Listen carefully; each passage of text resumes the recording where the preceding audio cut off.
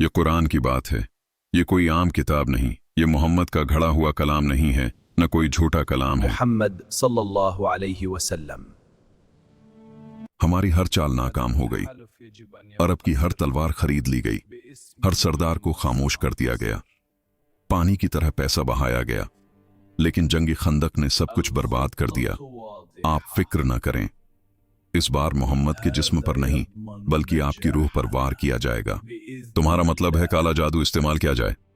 जी बिल्कुल, बेहतरीन ख्याल है। अब उसके अलावा कोई रास्ता भी नहीं बचा। ये इस शख्स की बात है जिसने अल्लाह के नबी पर जादू किया। खैबर के यहूदी चाहते थे कि नबी पर जादू किया जाए। नबी के बालों का इंतजाम करो, फिर देखना मेरे जादू से तुम्हें तुम्हारा अल्लाह भी नहीं बचा सकेगा। लोग कहते हैं कि अहमद से अल्लाह बात करता है, मैंने भी यही सुना है। अच्छा है, तुम्हारे अल्लाह को भी पता चल जाएगा कि मैं वो बला हूं जिसकी फूंक इंसान को राख बना देती है। अगर हम ये कुरान किसी पहाड़ पर नाजिल करते तो तुम देखते कि वो अल्लाह के खौफ से दब जाता और फट जाता। तो जब अल्लाह के नबी ने कुरान का वो बोझ उठा लिया जो पहाड़ को तोड़ दे, तो फिर आप पर जादू कैसे असरअंदाज हो सकता है? कुरान रूह की ताकत है और जादू जिस्म का इम्तिहान। ये वाक़या 7 हिजरी का है।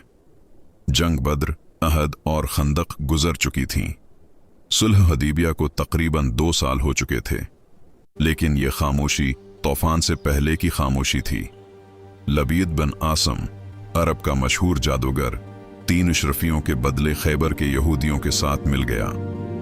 एक यहूदी लड़के की मदद से नबी की कंघी और चंद मुबारक बाल हासिल किए गए। लबीद ने उन बालों पर 11 ग्रहें लगाएं और हर ग्रह पर जादुई कलमात पढ़कर फूंक मारी। फिर इन बालों को एक भारी पत्थर के साथ बांधकर बेर जरवान नामी कनवे में फेंक दिया। तकरीबन 1 साल बाद जादू का असर जाहिर हुआ। नबी को ऐसा महसूस होता कि कोई काम कर लिया है, हालांकि क्या नहीं होता था। लेकिन न कुरान में गलती हुई, न नमाज में, न किसी आयत की तशरीह में। एक रात ख्वाब में 2 फरिश्ते आए और उन्होंने बताया कि जादू कन्वे में है। जबरील अलैहिस्सलाम ने बताया कि 11 ग्रहें हैं। सूरजुल फलक और सूरजुल नास पढ़ते जाएं और ग्रहें खोलते जाएं। जब 11 आयात मुकम्मल हुए और 11 ग्रहें खुल गईं, तो नबी ने यूं महसूस किया जैसे किसी ने बांध रखा था और अचानक आजाद कर दिया गया हो। आपने जादूगर को सजा नहीं दी बल्कि मुआफ कर दिया। कुल अऊज़ु बिरब्बिल फलक, कह दीजिए मैं सुबह के रब की पनाह मांगता हूं। फल्क यानी अंधेरे को चीर कर रोशनी निकालने वाला। मिन शर्रि मा खलक, हर इस चीज के शर से जो उसने पैदा की। व मिन शर्रि गासिकिन इज़ा वक़ब, और अंधेरी रात के शर से जब वो छा जाए। व मिन शर्रि नफ़्फ़ासाति फ़िल उक़द, और ग्रहों में फूंक मारने वालों के शर से। व मिन शर्रि हासिदिन इज़ा हसद, और हसद करने वाले के शर से जब वो हसद करे।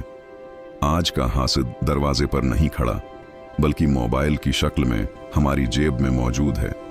सोशल मीडिया हमें दूसरों की फिल्टर शुदा जिंदगी दिखाकर हमारी हकीकत से नफरत करवाता है।